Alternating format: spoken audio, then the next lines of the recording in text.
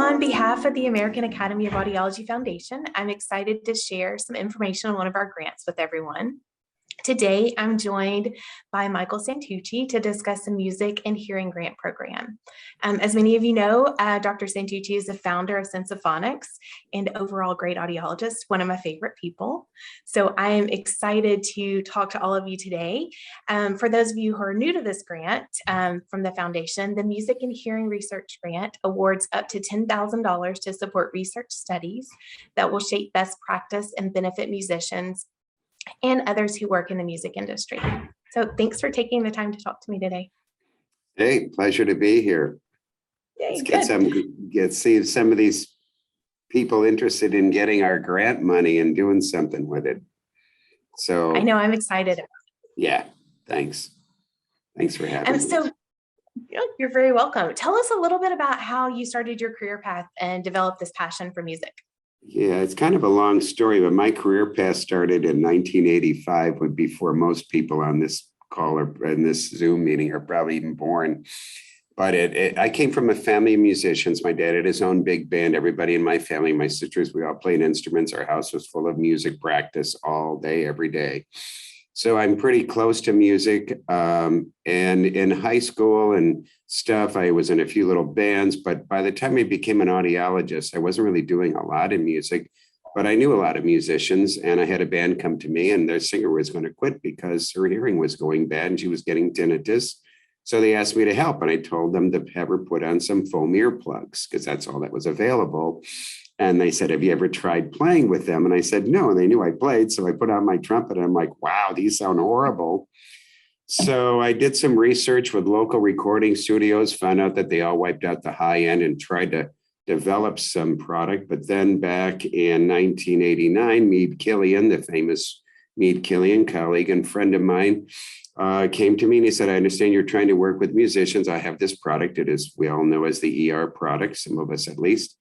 And I was a beta tester for those. And so that's how the path started writing about it.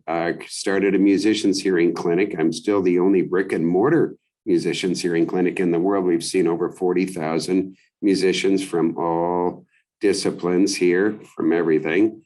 And then I made my first in-ear monitor for the Grateful Dead in '92. So that's kind of the career path, and the passion comes from that.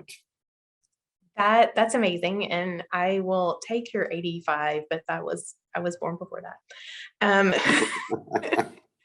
So what motivated you to start the Music and Hearing Research Grant Program?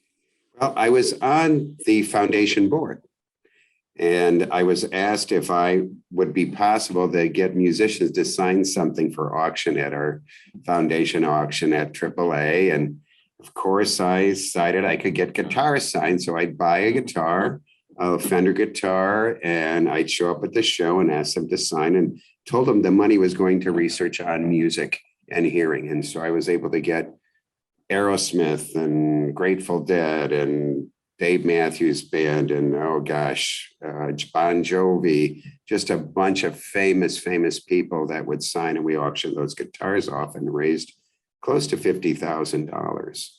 So now that shows are back again, I got to get out there and start getting more guitars signed. But that was kind of how this all got going. And so I wanted the money to be earmarked for research on music because nobody's doing it. I mean, the consensus document I shared for, by the way, if anybody's listening, you should all look at the AAA guideline for safe use. The AAA guideline for the treatment of audio. Why am I going backwards here? The treatment of musicians and prevention of hearing loss. So it's a guideline that is best practices typically, but they couldn't call it best practices because there wasn't enough evidence base to call it best practice. So now it's a consensus document of experts. And so it really needs research. Absolutely, it does. So what do you want to see come out of this program? You know, I think that for this $10,000 type of awards, it's really seed studies to, maybe provoke somebody to their interest to get something more going. There was a study, the funded by the music grant program that Dr. Heather Maliak and Dr. Alex Melbost got together and looked at isolation claims from in-ear monitor companies and actually measured them to see how much they weren't really accurate, and also MPO on in-ear monitors. And this is information that both audiologists and musicians really need to hear.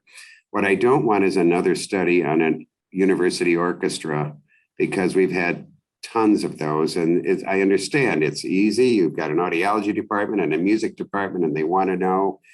But there's been enough done on that. I'm really looking for things that are new and helpful to the musicians.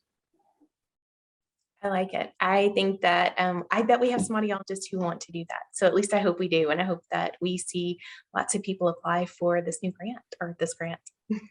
Well, me too. I'm very excited about it. Me too. Go get it. Anything else you want to add? Nothing. Come on, all you audiologists, get out there and do some research on hearing. Musicians are fun to research. Yes, they are. Well, thank you for taking the time to do this with us today. My pleasure. Okay.